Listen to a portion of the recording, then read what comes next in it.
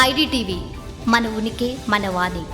YSRCP leader, మాజీ మంత్రి గత ప్రభుత్వంలో ఆయన ఒక సంచలన వ్యాఖ్యలు చేశారు. మొన్న ఆయన ఇంటి మీద జరిగిన దాడి విషయంలోనూ ఆయనపై కూడా కేసులు పెట్టిన విషయం తెలిసిందే. దాడి చేసిన వారిపైన పెట్టకుండా దాడి జరిగి నష్టపోయిన వ్యక్తి మీద కేసులు పెట్టడం ఏంటి, స్టేషన్ బెయిల్స్ కూడా ఇవ్వకుండా ఇలా కేసులు తిప్పుతూ కోర్టుల చుట్టూ తిప్పడం ఏంటి అంటూ ఇప్పుడు ఆయన ఒక సంచలనమైనటువంటి వ్యాఖ్యలే కాకుండా ఆయన స్వతహాగా లాయర్ కూడాను, ఆయన కేసును ఆయనే వాదించుకునే పరిస్థితిలో ఇప్పుడు ఆయన రంగంలోకి దిగారు. ఎందుకనంటే ఇప్పుడు ఈ ప్రభుత్వంలో జరుగుతున్న అన్యాయం కానివ్వండి, ఆయన ఇంటి మీద చేసినటువంటి దాడిని కానివ్వండి, ఆయన చేసిన వ్యాఖ్యలకు గాను టీడీపీ నాయకులు కార్యకర్తలు కొంచెం దుష్ప్రవర్తన, అంటే వాళ్ళు ప్రవర్తనను మరిచి కూడా ఆయన ఇంటి మీద చాలా ఘోరంగాను దాడి చేశారు. అది ఎవరు కూడా మనం ఆహ్వానించదగింది కాదు, నిజంగా ఖండించాల్సిందే. అంతటి అరాచకానికి అయితే పాల్పడకూడదు, దానికి కూడా చర్యలు ఉంటాయి. నిజంగా ఆయన సీఎం చంద్రబాబు నాయుడిని చేసిన వ్యాఖ్యల పట్ల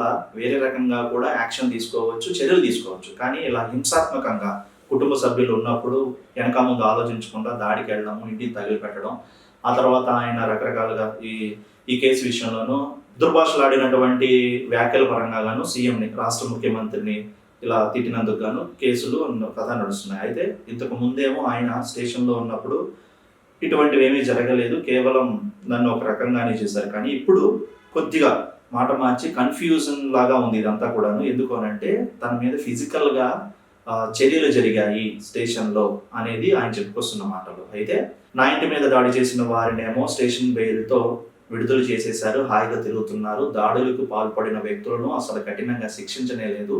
దాడి జరిపించుకొని బాధపడి నష్టపోయిన వ్యక్తిగా, దాడికి గురైన వ్యక్తిగా నా మీద కేసులు పెడుతూ ఇది ఎంతవరకు న్యాయం అంటూ ఆయన కేసును ఆయనే ఇప్పుడు వాదించుకోబోతున్నారు.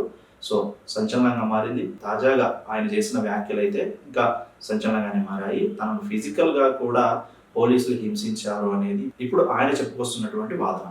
చూద్దాం మరి ఆయన కేసులో ఏ రకంగా ఆయన వాదించుకుంటారు, వాదోపవాదాలు ఎలా ఉండబోతున్నాయి, నిజంగా దాడి జరిగి నష్టపోయిన వ్యక్తిగా ఈయన కోర్టు ముందు ఎలా నిలబడబోతున్నారు, ఎలా ఎదుర్కోబోతున్నారు.